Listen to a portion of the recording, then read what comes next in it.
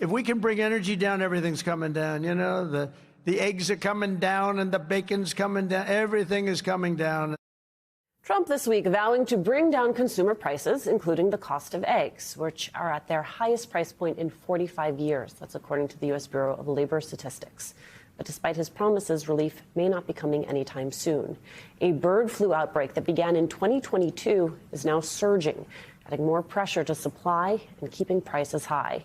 Joining us now, John Ross, founder and former chair of the board of Roseacre Farms, the second largest egg producer in the U.S. John, it's a pleasure to have you on this morning. I want to start with Forbes magazine's report on the bird flu outbreak and its cost to the poultry industry, noting as of November of 2024, the outbreak had cost the country approximately $1.4 billion, the majority of which is for indemnity and compensation payments to farmers for flocks that have been culled, meaning those flocks have been euthanized.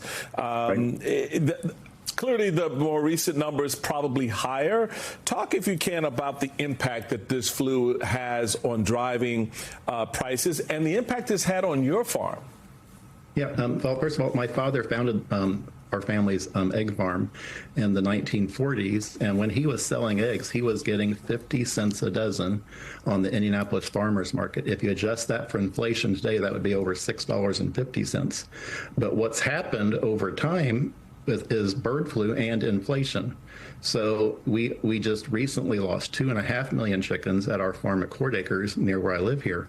And yes, the government will reimburse us for the birds they ordered us to kill, but we are not reimbursed for the eggs that bird would have laid for the next 2 years.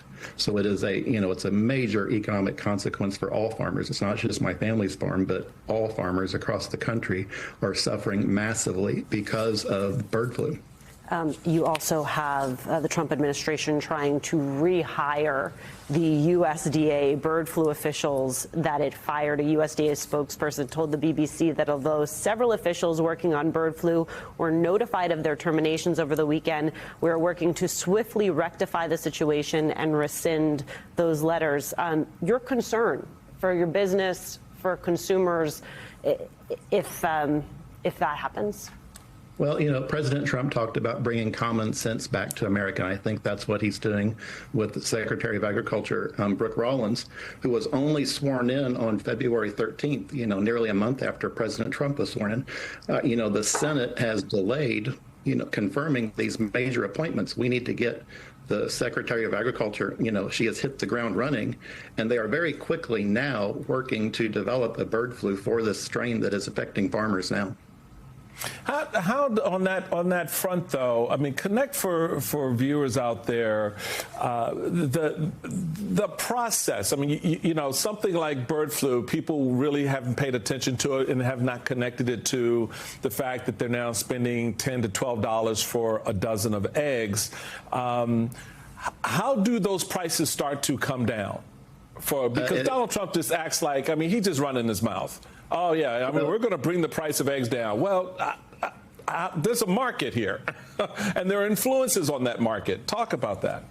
Well, it's supply and demand, and what President Trump is doing is bringing a vaccine to it. So it's not been officially announced yet, but we believe a vaccine has now been actually approved to be manufactured, and there hasn't been one. So, for instance, this bird flu virus that's going around now has been affecting poultry farms for going on 3 years.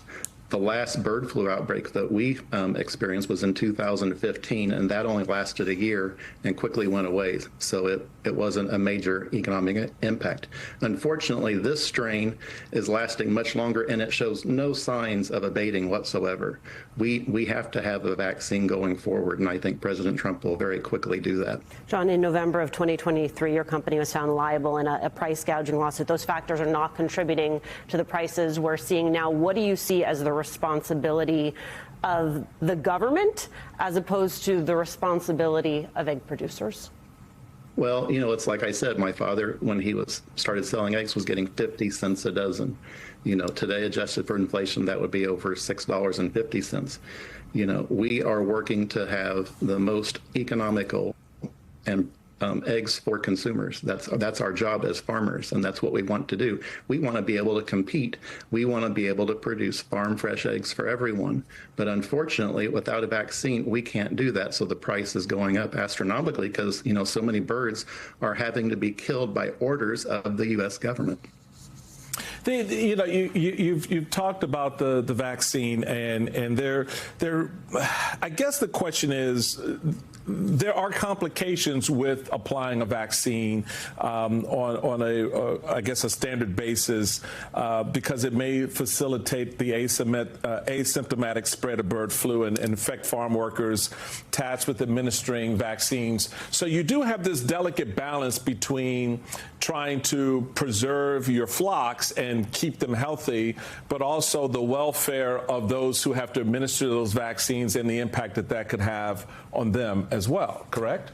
Yes, that's a major concern. But, for instance, Mexico has been vaccinating against avian influenza since 1995. China vaccinates their commercial flocks against avian influenza, but bans U.S. meat chicken into China because if we were able to vaccinate. So, that's just not fair. And I don't think President Trump will be intimidated by China saying, no, you can't vaccinate, even though we do. All right. John Rust, we appreciate you coming on and shedding a little bit of light of the impact of this bird flu on the egg and poultry industry. Thank you very much.